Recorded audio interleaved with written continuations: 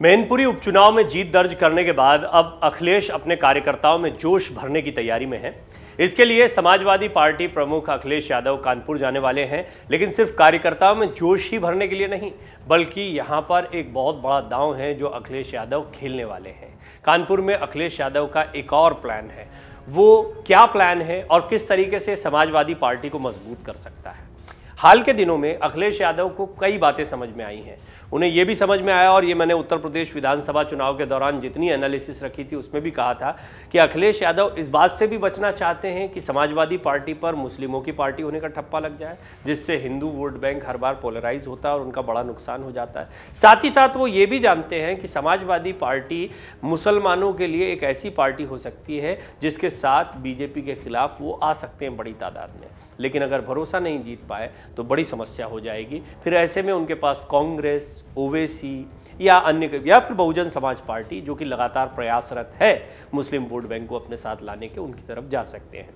उन्हें अपने इस वोट बैंक को बरकरार भी रखना है और अपनी इमेज को ऐसा भी रखना है कि वो सभी धर्मों को, और चाहे वो बीजेपी का कोर वोट बैंक क्यों ना हो या फिर हिंदुत्व की राजनीति वाला वोट बैंक क्यों ना हो, उन सबको भी वो साथ में पकड़ना चाहते हैं। इसके बिना चुनाव जीतना संभव नहीं है।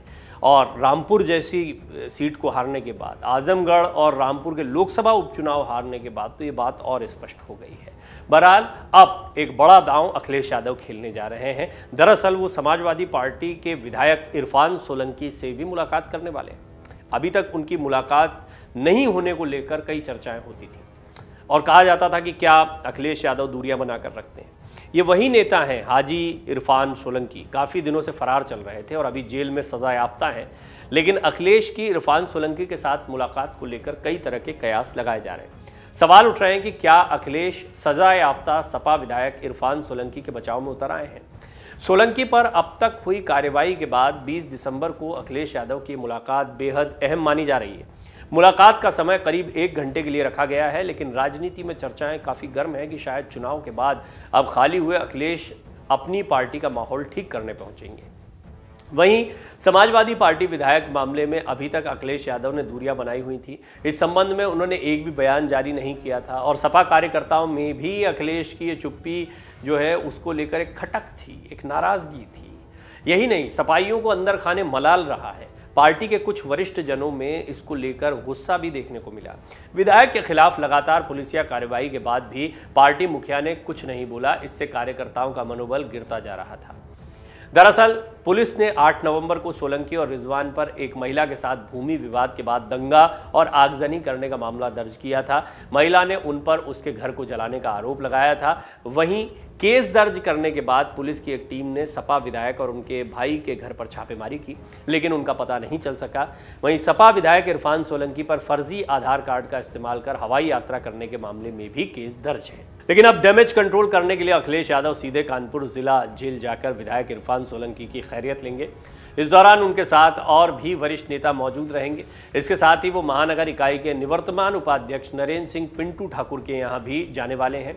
आपको याद होगा 10 मार्च का दिन, जब विधानसभा चुनाव में मिली शिकस्त के बाद कानपुर निवासी सपा कार्यकर्ता नरेंद्र सिंह उर्फ पिंटू ठाकुर ने लखनऊ विधानसभा के बाहर ही खुद को आग लगा ली थी। हालांकि उन्हें बचा लिया गया था।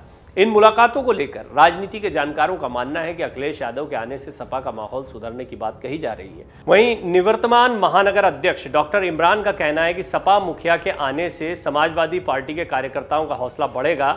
बहुत से सपाई अप्रत्यक्ष रूप से इसे भाजपा की सेंधमारी भी बताते हैं कि सपाइयों के भीतर भाजपा की कोई सेंधमारी चल रही है, उसको रोकने का प्रयास भी अखिलेश यादव यहाँ पर कर सकते हैं। दूसरी तरफ उत्तर प्रदेश में निकाय चुनाव भी होने वाले हैं। मैनपुरी में प्रचंड जीत हासिल करने के बाद अब अखिलेश यादव निकाय चुनाव पर फोकस कर रहे हैं। ऐसे में वो पार्टी संगठन के लोगों के साथ बैठकर आगामी निकाय चुनाव पर मंथन करेंगे। आपको बता दें, प्रसपा का सपा में विलय होने के बाद अखिलेश यादव का ये पहला कानपुर दौरा है। वहीं अखिलेश के कानपुर दौरे को देखते हुए पुलिस प्रशासन और LIU भी सक्रिय हो गए हैं। लेकिन मैनपुरी फतेह के बाद अखिलेश यादव का ये दांव निकाय चुनाव के लिए कितना कारगर साबित होगा, ये तो आने वाला वक्त ही बताएगा। अखिलेश यादव पूरी तैयारी में जुटे हुए हैं। उन्हें पता है कि अब चुनाव दूर नहीं है, हालांकि थोड़ा समय है, लेकिन इस सब के बीच में उन्हें अपनी ज़मीन को मजबूत करना होगा। 2022 के विधानसभा चुनाव के दौरान उन्होंने जमकर चुनाव प्रचार किया था और उन्हें अच्छा खासा रिस्पांस भी अपने समर्थकों का मिला था। यानी वो इस बात को जानते हैं कि एक एंटी इनकम्बेंसी या फिर ऐसा वोट बैंक मौजूद है उत्तर प्रदेश में जो बीजेपी के खिलाफ जाकर उन्हें वोट कर सकता है, लेकिन उनका मुकाबला अकेले बीजेपी से नहीं होता है, कांग्रेस और बहुजन समाज पार्टी से भी उनका मुकाबला है। किस तरह के समीकरण बनेंगे आने वाले दिनों में, ये तो बाद में ही पता लगेगा जब राजनीतिक गठबंधन या कोई समीकरण देखने को मिलते हैं, लेकिन मुख्य मुकाबला भारतीय जनता पार्टी के साथ में उनका रहने वाला है।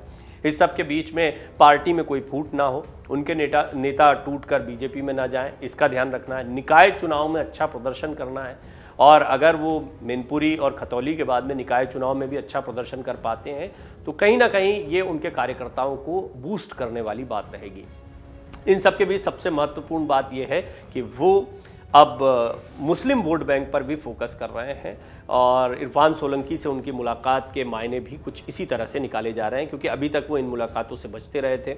और एक बड़ी बात है, आपराधिक छवि या फिर अपराधों को संरक्षण देना जैसे आरोप बीजेपी की तरफ से समाजवादी पार्टी पर लगते रहे हैं, तो वो अपनी इस छवि को भी तोड़ना चाहते हैं, इस नैरेटिव को भी तोड़ना चाहते हैं कि अपराधियों का संरक्षण करने वाली पार्टी समाजवादी पार्टी है, जो कि बीजेपी के आरोप लगातार रहे हैं।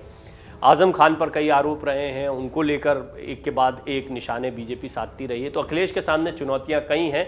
बहरहाल इन चुनौतियों को एक एक कर निपटने की कोशिश अब अखिलेश यादव करते दिखाई दे रहे हैं। डाउनलोड करें अमर उजाला ऐप और पाएं खबरें लगातार।